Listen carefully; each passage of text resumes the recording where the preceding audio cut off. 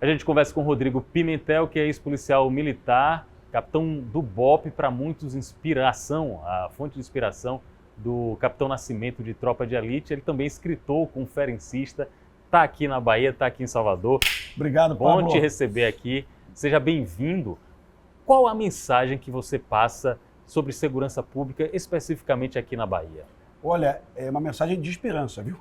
A gente está precisando, inclusive.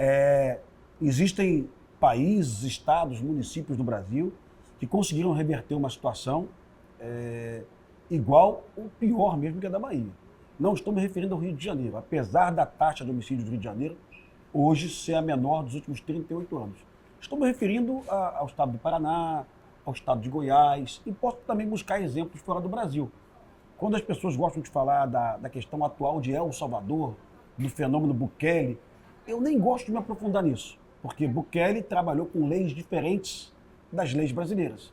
E aqui na Bahia hoje eu não posso esperar uma mudança na legislação. A gente tem que atuar muito rápido. Então, o que está sendo feito no Brasil hoje para a redução dos homicídios e, mais importante do que reduzir o homicídio, reduzir a percepção do medo. A percepção do medo, a percepção de insegurança é que faz muito da população ainda, digamos, involuntariamente incentivar mais o crime, né? Porque quanto mais acuado a gente fica, o crime toma conta. É essa a lógica que eles trabalham? Sim. Eu tenho certeza que a Bahia teve uma explosão de violência depois que a principal facção do Rio de Janeiro veio para cá, o Comando Vermelho. Eu posso usar o termo Comando Vermelho, Pode, né? pode. Porque antigamente as emissoras não gostavam de usar. Pode usar. Se a gente não usa, a gente não consegue explicar, Sim. né? Então tem que usar, né? Obrigado pela sua autorização. Eu tenho certeza que a Bahia, eu pego os números da Bahia de 25 anos, ou então de 20 anos, a Bahia não figurava sequer entre os 20 estados mais violentos do Brasil. E o que aconteceu de lá para cá? Pois eu vou deixar muito claro que não é um ambiente, não é uma discussão política, é uma discussão técnica. Então, vou deixar muito claro que governos na Bahia do PT conseguiram reduzir a desigualdade social, conseguiram gerar mais empregos e, ainda assim, a violência aumentou. Eu vou dar um exemplo aqui de Jacques Wagner, nem conheço ele pessoalmente, mas na gestão dele, a Bahia gerou 680 mil empregos de carteira assinada. Houve redução da desigualdade social. A Bahia saiu de DH médio para o DH alto. Isso é muito bom para o Estado. Com tudo isso, a violência na Bahia não aumentou, ela explodiu. Então não existe relação direta, pelo menos na Bahia, entre desigualdade social, desemprego e violência, tá? O que aconteceu na Bahia, de fato, foi a chegada das facções. Essas facções extremamente violentas, importadas do Rio de Janeiro e de São Paulo, que disputam o território, que matam. Essas facções, elas não querem só vender maconha e cocaína. Elas desejam explorar o território. E elas vieram para ficar. E agora a gente enfrenta um fenômeno que talvez multiplique essa gravidade, que aí é a chegada da facção paulista, o PCC, em confronto direto com o Comando Vermelho. Pela sua experiência, quando há uma conflagração dessa, uma zona de guerra, o que é que a população pode esperar disso? Olha, está acontecendo hoje na região metropolitana de Salvador um fenômeno único no Brasil. E a gente não pode buscar outra informação que não seja essa. Existe uma redução da população da região metropolitana. Verdade. Se as pessoas estão saindo de Salvador, indo para o interior, possivelmente seja em função da violência urbana. Muita gente não suporta mais viver subjugado por facções, pagando taxas para facções, presenciando menores armados nas suas ruas, né, com armas ostensivas, tudo o que não acontecia há 20 anos. Então, o que a população pode torcer é pela recuperação do território. Pagando a população, inclusive pagando por serviços básicos, né? Sim. Uma atividade que a milícia controla no Rio de Janeiro, por exemplo. No Rio de Janeiro, o Comando Vermelho, ele aprendeu muito com a milícia. O Comando Vermelho hoje se preocupa mais em vender o botijão de gás com preço superfaturado do que em vender maconha e cocaína. Toda família compra um botijão de gás. Nem toda família tem um usuário de drogas, né? Mas bujão de gás, qualquer família tem que comprar. Internet, todo mundo tem que ter em casa. Senão você não trabalha, senão você não vive, você não recebe informação, né? E no Rio de Janeiro, a internet a R$ 109, é uma oferta das milícias do Comando Vermelho e do Terceiro Comando. Caramba. E eu sei que em Fortaleza já está assim, e eu sei que em muitas cidades da Bahia também já está assim. Quando você conta desse jeito e da dimensão da gravidade que a gente está vivendo, eu começo a me perguntar se os estados, se as unidades da federação, Bahia, Rio de Janeiro, Minas, São Paulo, se os governantes desses estados conseguem superar isso sozinhos ou se precisa uma mudança na forma de encarar a segurança pública do ponto de vista do governo federal. Eu não conheço pessoalmente o secretário de Segurança Pública da Bahia, Marcelo Werner, mas eu só tenho boas informações dele. Verdade. Eu só recebo, até de opositores, que ele é uma pessoa muito séria. E seguindo a página dele do Instagram, que eu acompanho ele, eu quero saber o que está acontecendo aqui. Esse fenômeno da Bahia é o mesmo fenômeno do Rio de Janeiro, e espero eu que ele não seja exportado para todo o Brasil. Então, seguindo, eu vi uma declaração do secretário de Segurança Pública lamentando presos que são presos pela Polícia Militar várias vezes. A reincidência é muito grande. A reincidência é muito alta. Eu preciso que todos os governadores do Brasil hoje, o Elmano no Ceará, o Cláudio Castro no Rio de Janeiro, o Tarcísio de São Paulo, o Jerônimo da Bahia, eu preciso que esses governadores se unam, independente dos partidos políticos, e digam para o Lula, digam para a bancada do PT na Câmara dos Deputados, do Senado, para o Lewandowski, o desencarceramento que o governo federal prega não funciona. A saidinha que o Derrite de São Paulo, ex-deputado federal, atual secretário de Segurança Pública, tentou acabar com uma lei, ela é necessária, é urgente. Eu contei para você aqui, antes de a gente começar a entrevista aqui, que a saidinha da Bahia em dezembro de 2023, 311 presos, 38 não voltaram. É um maior do que 10%. Muito maior, eu acho que chega a 13%, talvez, 12,5%. É muito maior que a média nacional, que é 5%. Então, o que esperar da PM da Bahia? Que prenda esses bandidos 25 vezes, 60 vezes? Então, se eu tiro o Marcelo Werner daqui, se eu tiro o Coronel Coutinho, coloco qualquer um no lugar desses homens. Não tem o que fazer. Porque a questão é que a Polícia Militar da Bahia prende muito, a Polícia Civil também, as guardas municipais também, mas esses bandidos não ficam presos. Aí eu converso com os oficiais, a gente está falando aqui com o Rodrigo Pimentel, aí eu converso com os policiais Pimentel, os oficiais, os praças, eles dizem não é possível a audiência de custódia com tamanha soltura, quantidade e percentual de soltura muito grande. Isso não frustra, você que estava do outro lado, isso não frustra demais o trabalhador da segurança pública? Olha, a gente tem toda a expectativa que o nosso policial ele seja imune a essa frustração. Mas é evidente que ela vem.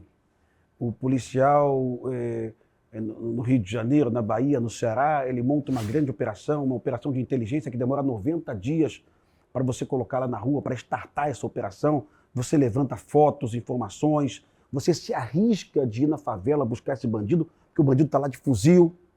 E esse bandido é colocado em liberdade, às vezes em menos de 24 horas. Né? Essa não é uma realidade de Salvador, é uma realidade de todo o Brasil hoje. Então, a audiência de custódia do Brasil, defendida pelo ministro Lewandowski, do partido do Jerônimo, ele deixou isso muito claro. Essa audiência de custódia é uma tragédia para a Bahia. E o Jerônimo e todos os governadores da esquerda no Brasil deveriam ter a coragem de colocar isso para o ministro da Justiça. Olha, com a atual legislação que está aí, não dá. Eu vejo não quando você fala isso, você fala com um grau de cidadania muito grande. Não é colocando o partido na berlinda, é dizendo que são pessoas próximas que poderiam estar dialogando nesse sentido. Pablo, eu já vejo que alguns governadores já começam a mudar o discurso. Eu percebi esses dias o discurso do Elmano no Ceará, onde ele foi muito incisivo. Policial militar no Ceará não vai morrer, quem vai morrer é bandido. Isso já é um discurso parecido com o discurso da direita, perfeito? Quase igual a Caiado. Exatamente, né? Não tem a sofisticação de um Caiado, não é incisivo quanto, mas já é quase igual.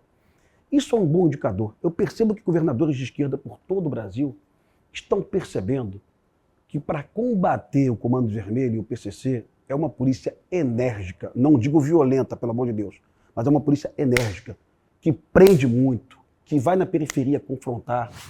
E eu fiz alguns vídeos falando sobre o sucesso da Bahia no ano passado.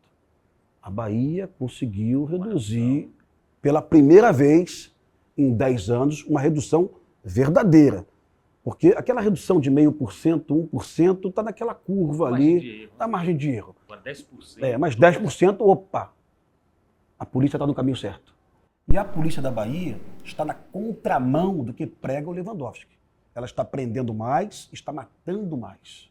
Ou seja, o que o governo federal quer, aquela polícia que não prende ninguém, que só fica olhando, que não tem energia, não funciona. Isso não funciona. E eu tenho uma declaração muito na cabeça do próprio secretário Marcelo Werner, falando sobre como atacar essas organizações do ponto de vista da desarticulação financeira, porque você falou muito bem, o negócio hoje não é apenas o negócio de vender maconha, cocaína. Eles estão na política, estão montando bancos digitais, estão ganhando, tomando conta de empresas. Explorando bets. Vendendo bebidas alcoólicas falsificadas. Contrabandeando cigarros, entrando em posto de combustível.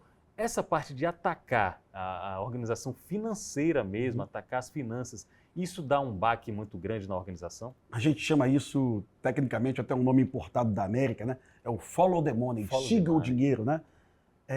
Isso, na verdade, é o que vai desmanchar a organização. Prender lideranças, sinceramente, não funciona. O Rio de Janeiro, na semana passada, a Polícia Militar matou o TH, que é um líder do 3º Comando. Pablo, vamos ser muito verdadeiro, ele vai ser substituído em 25 minutos. Rei morto, rei posto. Exatamente. Então, matar as lideranças, prender as lideranças das facções, tem um efeito assim midiático, demonstra que a polícia está agindo. Ok, mas a estrutura vai continuar funcionando, a boca de fumo vai estar funcionando, o morador vai continuar sendo extorquido, porque essas facções possuem 1.000 membros, 2.000 membros, 5.000 membros, vai ter alguém apto para substituir. Então, para acabar com isso tudo, é realmente perseguindo o dinheiro deles. E o dinheiro deles não está somente na maconha e na cocaína. O dinheiro deles está no cigarro paraguaio, que muitos baianos fumam. O baiano não quer, o carioca também, tá? Ele não quer mais fumar o cigarro da Philip Morris, da Souza Cruz, da BAT, porque é caro. A taxação... O carro custa R$9, eu quero fumar um cigarro de R$2,90. Acontece que o cigarro de R$2,90, ele pertence ao PCC, ele pertence ao Comando Vermelho. Ele é vendido por uma pessoa que usa um fuzil. Se a gente não tiver essa consciência, sabe, não tem muito o que fazer, não. Mas é bom que vários governadores, vários secretários de segurança pública no Brasil, independente dos partidos políticos, estão entendendo isso. E eu tenho um cuidado muito grande de sempre que eu falo da situação do caos na Bahia, a Bahia está caótica, fato. Um estado que durante 9 anos lidera o ranking da violência é um sinal de um descontrole total. Eu tenho cuidado de falar isso e, ao mesmo tempo, demonstrar como a Polícia Militar da Bahia e como a Polícia Civil da Bahia são competentes. Elas prendem muito, elas matam muito, elas apreendem muitas armas, né? Mas não possuem a retaguarda política, institucional, jurídica das leis, né? Bora falar um pouco sobre a posicionamento geográfico do Brasil, porque isso pode estar interferindo também no combate à violência. Estou falando de um país de fronteiras de milhares de quilômetros, fronteira terrestre, fronteira seca, fronteira marítima. A gente tem estrutura para dar conta disso? Eu estou falando já do Exército. A gente consegue, como Forças Armadas, dar conta disso, Pimentel? Pablo, a gente faz fronteira com os principais produtores de cocaína do mundo, né? Olha que azar que o Brasil dá. A gente faz fronteira com Peru, com Colômbia, com Bolívia, né? Com países que produzem maconha e cocaína. Além disso, o PCC e o Comando Vermelho perceberam que a cocaína, quando chega na Europa, ela valoriza muito mais do que vendida em Salvador, do que vendida em Belo Horizonte, ou vendida em São Paulo ou Rio de Janeiro. Então, se a cocaína sai do Peru, se ela sai da Colômbia, eu vou chutar aqui um valor a $4.000 o quilo, ela chega no Rio de Janeiro a $20.000. Se ela chegar na Itália, ela chega a 20 mil euros. 20 mil euros. Então, o Brasil está se tornando hoje um país pária no que se refere ao narcotráfico. O Brasil é o país que cede seus portos e aeroportos para que a cocaína chegue na Europa. Isso é vergonhoso para a gente. A gente não é produtor, a gente não é a Colômbia, a gente não é o Peru, a gente não é a Bolívia, mas a gente oferece as nossas rodovias, nossos portos e aeroportos e nossas facções para que essa droga chegue na Europa. Talvez seja aí, nessa análise que você fez, você considera que é aí que está, por exemplo, a intenção do governo Donald Trump de qualificar o PCC e CV como organizações terroristas? Olha... Você é favorável a isso? É evidente que eu sou. Eu vou dizer para você que acontece na prática quando os Estados Unidos, ou quando a ONU, ou quando a Europa considera uma organização como terrorista. A troca de informações com esses países sobre lavagem de dinheiro, sobre fluxo migratório, ela é instantânea, porque o americano, o europeu, ele não precisa mais de autorização judicial do seu país para compartilhar a informação. Então, é um facilitador da ação policial que você não imagina. É um devaneio, é uma loucura que o Lula não queira isso, que o Lewandowski não queira isso, que organizações no Brasil não queiram isso. Isso é um facilitador para as polícias, para a justiça brasileira, para o Ministério Público brasileiro. Então, toda vez que você enxergar um político que diz que isso é uma ameaça à nossa soberania, desconfie, porque a ameaça à nossa soberania é o PCC e o CV na porta da sua casa, colocando uma barricada e cobrando uma extorsão do teu bujão de gás. Isso é uma ameaça à soberania. Então, lamento muito que o governo federal esteja protegendo as facções com essa decisão de não considerar o PCC, o CV, as milícias, o TCP, o ADA, o BDM, organizações terroristas. Lamento muito. É um grande equívoco. Eu não sei qual é a posição do Jerônimo em relação a isso. Ainda não se manifestou. Não sei qual é. Espero que ele tenha coragem de pensar diferente do Lewandowski. Porque se o Jerônimo perguntar para qualquer policial dele, do soldado ao Marcelo Werner, se é a favor de considerar o BDM, o PCC e o CV como o conhecedor da linha de frente, lógico, Jerônimo, lógico que é. Uma organização que se impõe no território através de mortes, através de... Eu vi uma notícia, cara, me chocou muito. O Comando Vermelho matando o motorista de aplicativo em Eunápolis e degolando o motorista e mandando as fotos para a família. Isso aí não tem fim financeiro. Isso é terror. Isso é Hamas. Isso é em qualquer lugar do mundo. Só na cabeça do Lula que isso não é terror. Só na cabeça do Jerônimo, não sei, tem que perguntar para ele. Porque talvez o Jerônimo, percebendo o caos da Bahia, talvez ele mude de opinião. E é natural que a pessoa mude de opinião. É natural. E eu tenho essa preocupação, como eu disse para você.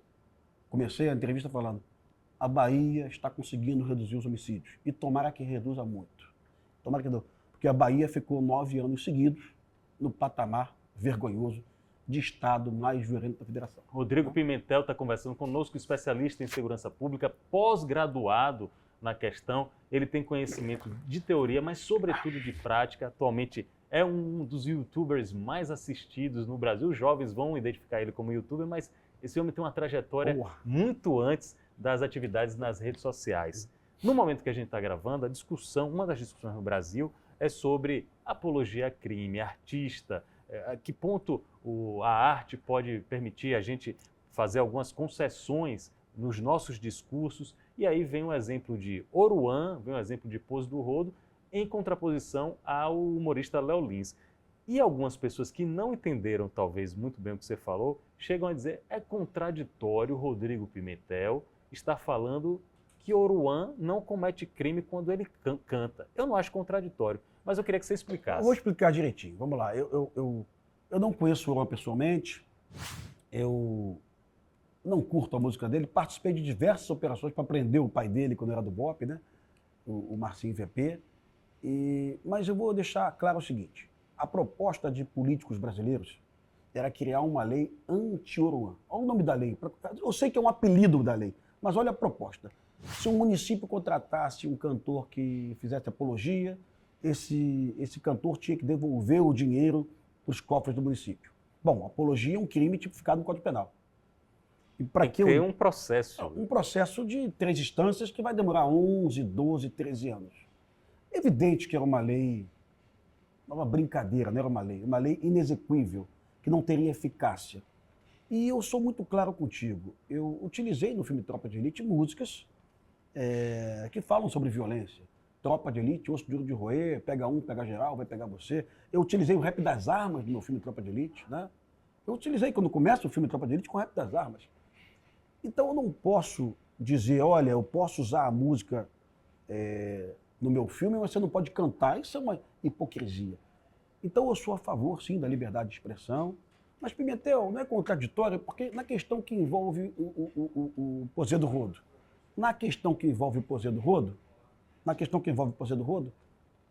a Polícia Civil investiga a possibilidade do Poder do Rodo, tá? Ter lavado 250 milhões de reais da facção Comando Vermelho.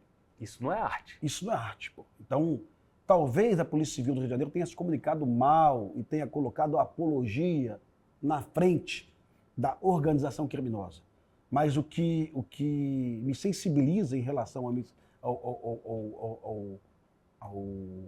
Poder do Rodo é o fato de um bandido ser investigado, né, por lavar o seu dinheiro através do baile funk. Né? Essa é a questão. Comando Vermelho não tem onde colocar dinheiro, né? Ele precisa colocar o dinheiro numa atividade legal e começou a injetar esse dinheiro num cantor de rap. Se isso for verdade, ele faz parte da organização, sim, e ele tem que ser preso, sim. Tá? Então, não se trata de censura, se trata de justiça, de combater uma facção. E o que o brasileiro está vendo hoje é um comediante sendo condenado a 8 anos de cadeia porque faz comédia. E um jovem que canta uma música que sugere que a sua facção tem que invadir a outra facção para matar pessoas, sendo colocado em liberdade. É uma contradição, uma loucura do Brasil, esse país que ninguém entende mais. Colocado em liberdade não apenas saindo pela porta da frente, mas subindo em ônibus, levando uma comoção popular, como se fosse um grande astro. É a bandidolatria. É difícil. A bandidolatria. Para terminar, e já agradecendo o seu tempo, eu reassisti há pouco o documentário Notícias de uma Guerra Particular, de 1999. Você estava novinho, rapaz, igual 96, irmão. 96, ainda tem mais tempo, sem barba, no auge. E no documentário de João Moreira Salles, ele faz uma linha do tempo que, para mim, só os gênios conseguem fazer. Ele pega você em um determinado momento... O Marcinho VP? Muita empolgação para prender lideranças criminosas. E ele vai mostrando o seu trabalho, o trabalho do BOPE. Mostrando... Ele pega o bandido, o policial e o morador. E ele conta a história por esses pontos de vista. Só que perto do final, você deixa transparecer um cansaço. Vamos deixar claro para quem está nos vendo, esse documentário está no YouTube, tá? Isso. Notícias de uma Guerra Particular. Tá? E vale a pena, viu? Ele está mais atual que nunca, né, Está mais atual do que nunca. Eu ia dizer, pouca coisa mudou e o que mudou para pior. Sim, é verdade. No final, ele aparece um capitão... Um capitão jovem de 26 anos. Mais cansado. Dizendo, desse jeito aqui não tem solução.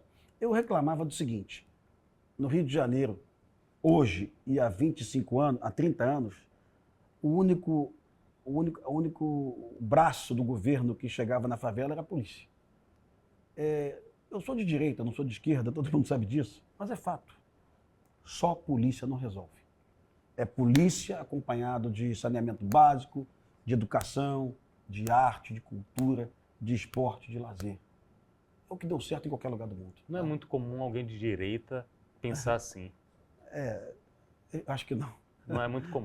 A esquerda fala que é só uma questão de desenvolvimento social, de redução da desigualdade social e de emprego. A direita fala que é tiro, porrada e bomba. Bala. Cara, mas tem um meio termo aí. É tiro, porrada e bomba, educação, saúde, cultura, saneamento básico, dignidade. Você é de direita mesmo ou você é de centro? Eu sou um sonhador, meu irmão. Muito bem.